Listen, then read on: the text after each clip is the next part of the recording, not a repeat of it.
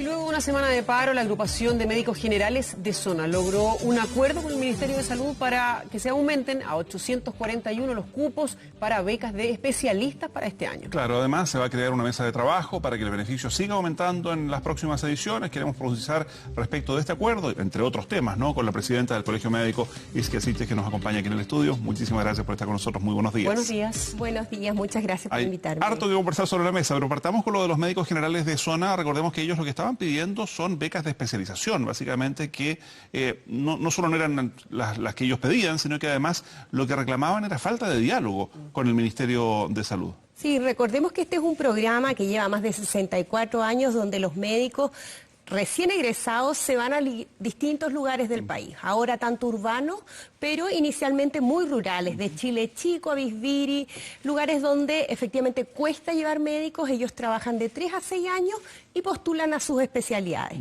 Este programa en los últimos años se había ampliado y se había estado conversando con los ministerios anterior y el actual de que debería existir un aumento de la oferta de especialidades, pero con los cambios y los problemas en la subsecretaría de redes, efectivamente eso no se estaba llevando a cabo y el concurso es este viernes y hace más o menos 2 semanas en realidad todavía no teníamos respuesta.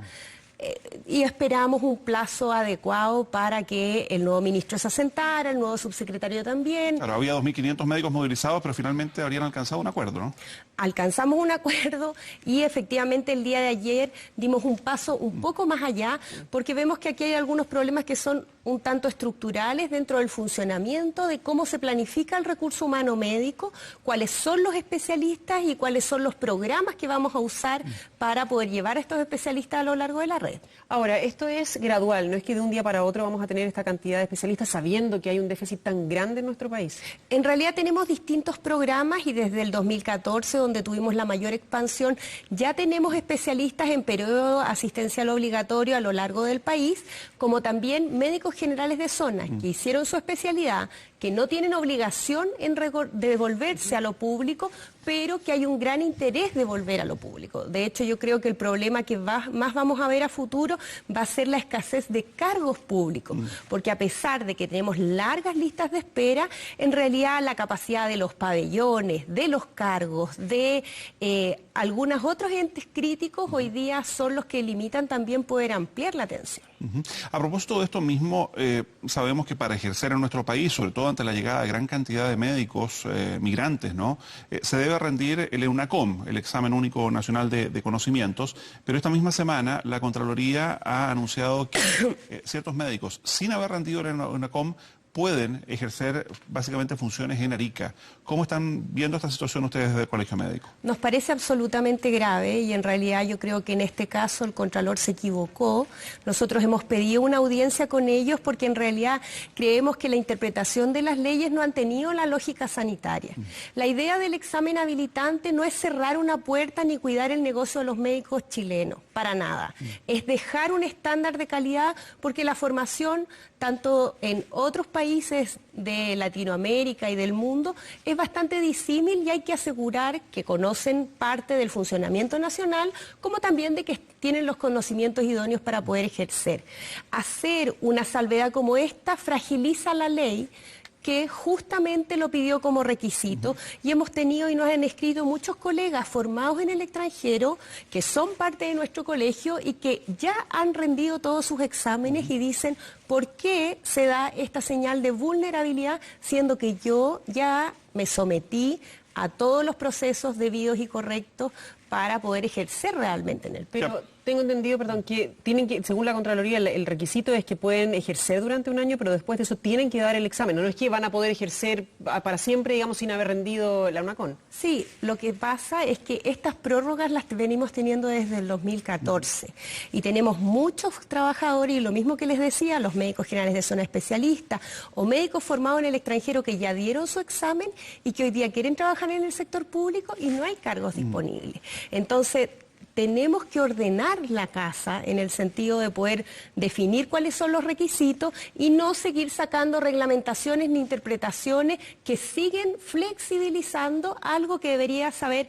Estas son las normas, son claras para todos y se cumplen para Claro, todos. pero las normas también se pueden revisar porque en la otra cara de la moneda también hay pacientes, hay personas enfermas que requieren de médicos y acá hay un grupo de personas que dice estar dispuesta, que dice tener los conocimientos, que está bien, no ha rendido la EUNACOM, pero de manera temporal va a poder atender a gente que hoy día lo necesita.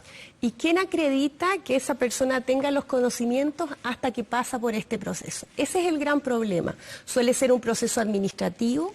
Recordemos que estos son médicos que se dedican en la atención primaria. En la atención primaria uno trabaja en un box y tiene plena autonomía para hacer y deshacer lo que uno quiera.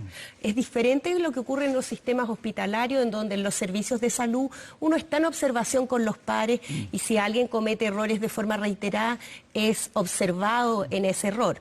En este caso no, y yo tengo la percepción de que hay muchos colegas que ya aprobaron su examen, que quieren trabajar en el sector público, pero no han existido, por ejemplo, concursos centralizados para poder llenar los cargos en las distintas reparticiones ¿Y van a hacer del algo país. como colegio médico? Nosotros hemos propuesto muchas veces que podamos hacer estos concursos, tanto para nuestros recién egresados generales de zona que no tienen cargo en lo público, como también para motivar a otros profesionales. Pero respecto Hemos a esta decisión planteado de la que Contraloría puntualmente. nosotros hemos pedido audiencia con la Contraloría y también vamos a hablar con el Ministerio de Salud porque nos parece que no podemos seguir corriendo la línea de cuáles son los profesionales que trabajan en el sector público, que atienden a los pacientes, sobre todo si es que no hay nadie, ni el Contralor, ni ninguna de las autoridades municipales que esté asegurando la calidad que se está prestando por parte de aquellos profesionales. ¿Y en ese concurso público estarían suficientes profesionales como para poder llenar las plazas necesarias? Porque en este caso, por ejemplo, recordemos esta iniciativa que parte del Servicio de Salud, del Hospital Regional y de la Municipalidad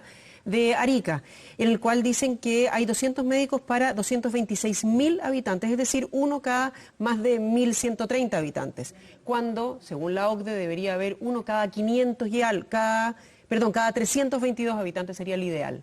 Yo creo que particularmente en una región como Arica, yo nací en Arica, mi familia vive en Arica, tenemos que tener estímulos también para poder llevar especialistas, pero creo que necesitamos poder tomar parte de la oferta disponible en el país para tomar aquellos cargos públicos en una buena carrera y también formar especialistas con gente que ya tiene arraigo en una ciudad como Arica, porque muchos de los especialistas no toman destinación y devolución. Particularmente Arica, Copiapó, algunas otras ciudades del norte requieren pensar otro mecanismo para poder llevar especialistas, pero correr las reglamentaciones no es la solución y en ese sentido esperamos que Salud hable y mantenga un comportamiento acorde. Esto se ha mantenido. ¿Quién debe dirimirlo en definitiva? sucesiva. Porque esta es una decisión de la Contraloría. Desde el punto de vista de ustedes, ¿hay un riesgo sanitario detrás de esto? Es una definición de la Contraloría, pero como ustedes bien señalaban, fue a solicitud del municipio. Y yo espero que el municipio, muy en la sintonía de poder cuidar cuáles son las prestaciones, tengan conciencia de que un examen como este no es arbitrario y permite también garantizar que los profesionales que están ahí puedan tener las competencias necesarias y además pasar los procesos. Pero Si no, ¿hay un riesgo sanitario? yo creo que cualquier especialista que no está debidamente certificado no da las garantías para poder ejercer como profesional. Perdón, ¿y ahí el riesgo sanitario cuál es mayor? ¿El no tener el especialista o que la persona se quede sin atención?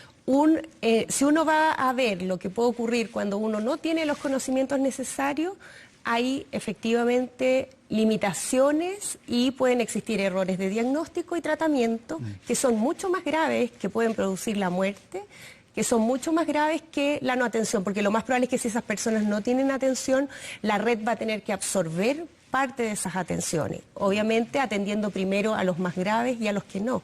Pero alguien que es analizado por un profesional, que por ejemplo no esté debidamente acreditado y no tenga los conocimientos, puede ser subdiagnosticado y dar una falsa señal de tranquilidad. Esa es la gravedad, por eso uno vive estos procesos y recordemos que hay algunos de los profesionales que fueron formados en otros programas que no están adaptados al sistema chileno, que responden 2 preguntas buenas del examen médico nacional. Yo creo que nadie de nosotros querría que ni uno ni sus familiares se atendieran con un profesional así. Entonces, no es una mera arbitrariedad puesta por el colegio médico. Nosotros queremos que los profesionales se incorporen, pero cumpliendo con los procesos necesarios. Doctora, quiero avanzar en otros temas porque esta semana ha vuelto a hablarse respecto de la venta de medicamentos fuera de las farmacias. Ha sido parte de la discusión pública, ante lo cual los médicos farmacéuticos particularmente han advertido de que esto podría generar algunos riesgos sanitarios. El hecho de que determinados medicamentos, que pueden servir para muchas cosas, digamos, pero que tomados de manera inadecuada, pueden generar también algún riesgo. ¿Qué posición tiene el Colegio Médico respecto a este asunto? Bueno, lo primero es que este anuncio es presentado por el ministro Fontaine y no por el ministro Mañalich, al parecer más enmarcado dentro de la agenda de aceleración económica que de una agenda sanitaria. Después se corrigió en todo caso. Se ha respetado un poco o se ha argumentado de que esto podría tener un importante impacto en el gasto de bolsillo, lo cual el propio ministro por sus redes sociales ha podido aclarar de que en realidad gran parte del gasto de bolsillo viene por otros medicamentos y en realidad hay una serie de otras medidas que Chile podría tomar para reducir el gasto de bolsillo. Estandarización de precios de medicamentos, mucha mayor regulación y también incorporar a las seguridades, tanto de FONASA como de ISAPRE. Pero efectivamente la medida de poder llevar afuera de las farmacias nos parece una medida un tanto arriesgada. Hay países que lo han implementado, que han tenido tasas importantes de efectos adversos a estos medicamentos, países que han retornado de su política y también países de la OCDE que mantienen la exclusividad de la entrega de fármacos en las farmacias como una atención de salud. Yo creo que ahí la figura del fármaco como algo que uno tiene que usar de carácter excepcional, pensando 2 o 3 veces si realmente lo requiere, es algo que un poco se vulgariza al momento de llevar a cualquier lugar de atención y no dentro de un contexto de salud. ¿Qué le dice usted a aquellas personas que no tienen una farmacia cerca? Que es uno de los argumentos que da el gobierno en este caso, para poder adquirir estos remedios. Yo esperaría que como país tomáramos una política mucho más sanitaria para poder llevar lugares de dispensación de medicamentos a esas comunas que efectivamente no tienen disponibilidad. Lo más probable es que tampoco haya supermercados del retail en esas comunas, pero particularmente asociado a sus municipios, a atenciones de salud, ya sea como la estrategia de farmacias municipales u otras.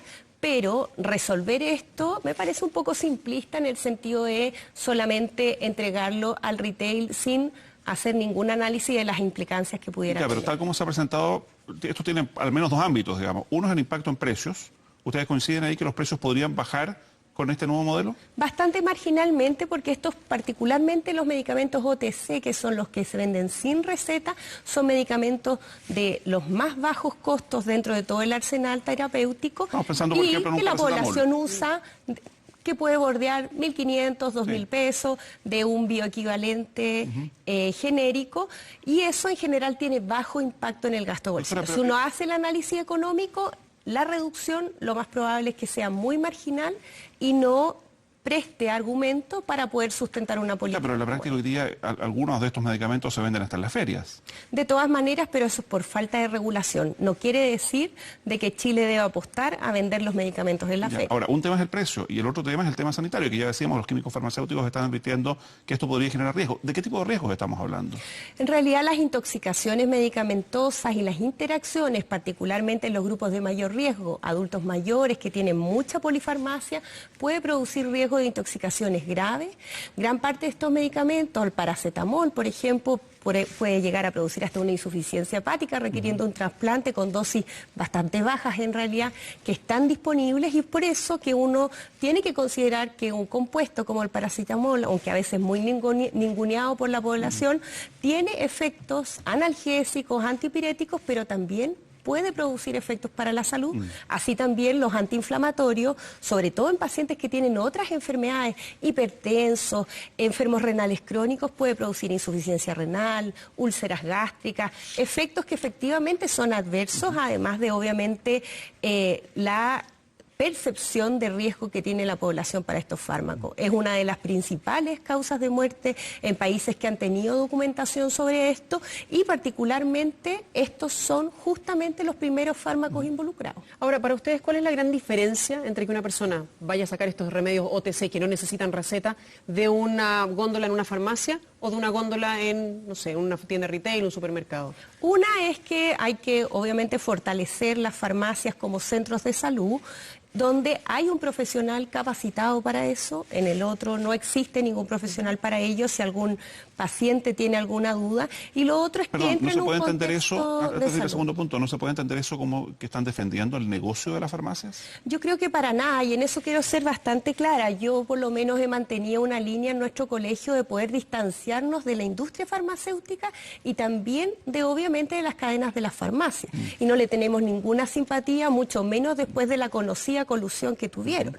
Para nada, no estamos cuidando el negocio de las farmacias, ni grandes ni pequeñas. Lo que sí es que es una decisión que no tiene fundamentos sanitarios, al parecer muy escasos fundamentos económicos, y creemos que el gobierno tiene que reevaluar, y nosotros como colegio vamos a invitar a los parlamentarios a rechazar esta medida particular dentro de la discusión de ley de fármacos. Perdón, siempre el mismo tema. La Asociación de Productos de Salud para el Consumidor de Estados Unidos hace un estudio desde 1975 y saca algunos puntos que están a favor de la venta libre de medicamentos, entre ellos que sí efectivamente baja el costo, que hay una mayor conocimiento por parte de las personas, un empoderamiento por aquellas personas que tienen que tomar ciertos fármacos, que se ahorró muchísima plata respecto de visitas al doctor, recetas médicas, que el fármaco se tome por un tiempo muy prolongado por falta de una nueva consulta con un médico, que se tomó simplemente por el tiempo que era necesario. Sí, yo no digo con esto que no haya riesgo, yo estoy solamente enumerando distintos argumentos que da la asociación para el beneficio del consumidor, el poder tener el mayor acceso a estos medicamentos. ¿Qué opinan ustedes? Nos parece que el impacto no es sustantivo para tomar una definición como esta. Nosotros invitamos al gobierno a ser mucho más cautelosos en esta medida y no avanzar en esa línea, sí avanzar en regulación de precios, sí avanzar en incorporar la cobertura de los medicamentos, que efectivamente va a tener un impacto en el gasto de bolsillo. Creo que tenemos una gran agenda en tema de fármacos. Impulsar esta medida me parece que en realidad no entra dentro de la lógica de los desafíos que tiene. ¿Que falta educación? Porque muchas veces todavía los pacientes ven como que si el médico lo dijo es palabra santa y aquí no se cuestiona nada.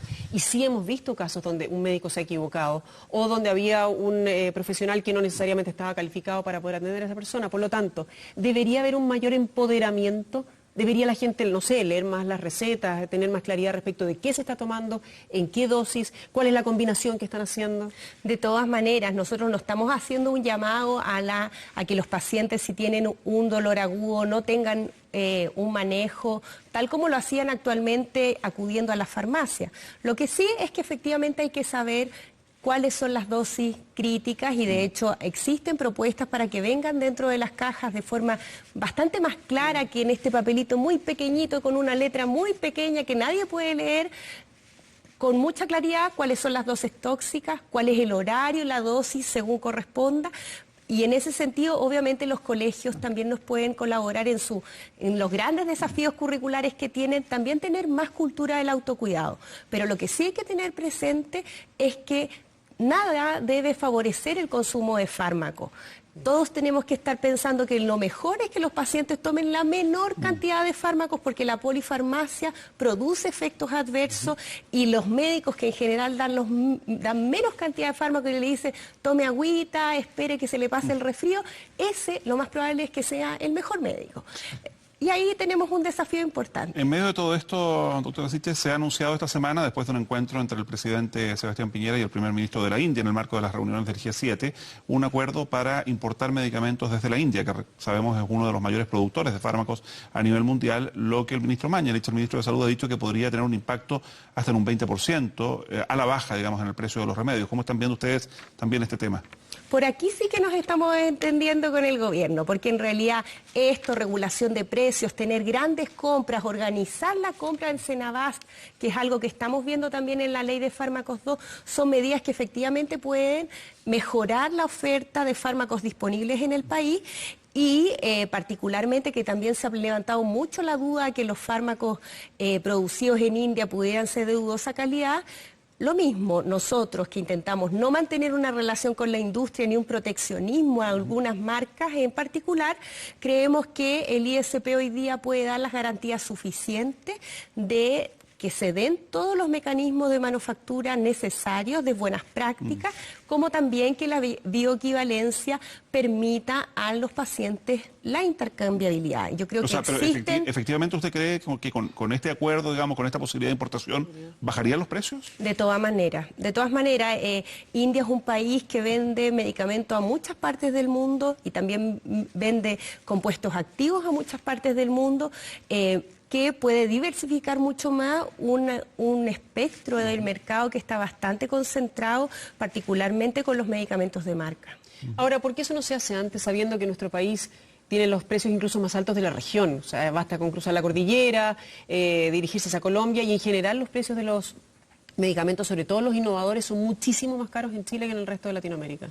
Yo creo que las señales hacia también el mercado de la industria han sido un poco débiles. Y justamente por el impacto del gasto bolsillo, estas deberían ser las medidas que concentraran la energía del gobierno.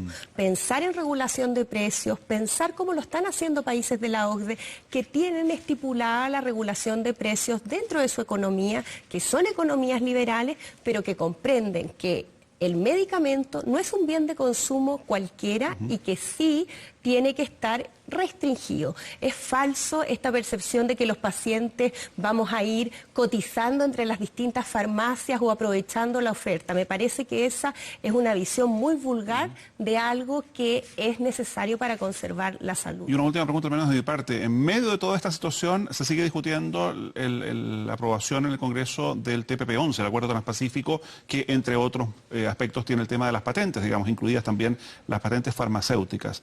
¿Ustedes como Colegio Médico están por aprobar o rechazar el TPP-11? Nosotros no hemos profundizado en el tema. Yo tengo mi posición particular, que creo que efectivamente cualquier amarre a las patentes, sobre todo con medicamentos de muy, muy alto costo, hoy día nos amarra como país a tener que tener vinculaciones más cerradas, particularmente en temas de fármacos. Creemos que va a tener un impacto, pero sí sería muy importante que el sector salud tuviera un rol mucho más fundamental en estas definiciones, que son acuerdos que tienen varias aristas y entre esas está la sanitaria. Ya, pero si el colegio no tiene una posición tomada, ¿usted en lo personal está por aprobarlo o por rechazarlo? Por rechazarlo, pero espero que nuestro colegio pueda tomar una posición al respecto. Lo que sí es que trae una serie de otras implicancias económicas y tal como el colegio necesita tomar una posición, yo invitaría también al Ministerio de Salud, particularmente con el tema de patentes de fármacos, a también tomar una posición. Isquia Siches, muchísimas gracias por haber venido a conversar con nosotros. Muchas gracias. Muy buenos días. Amable, buenos días. Muy bien, avanzamos a otras materias.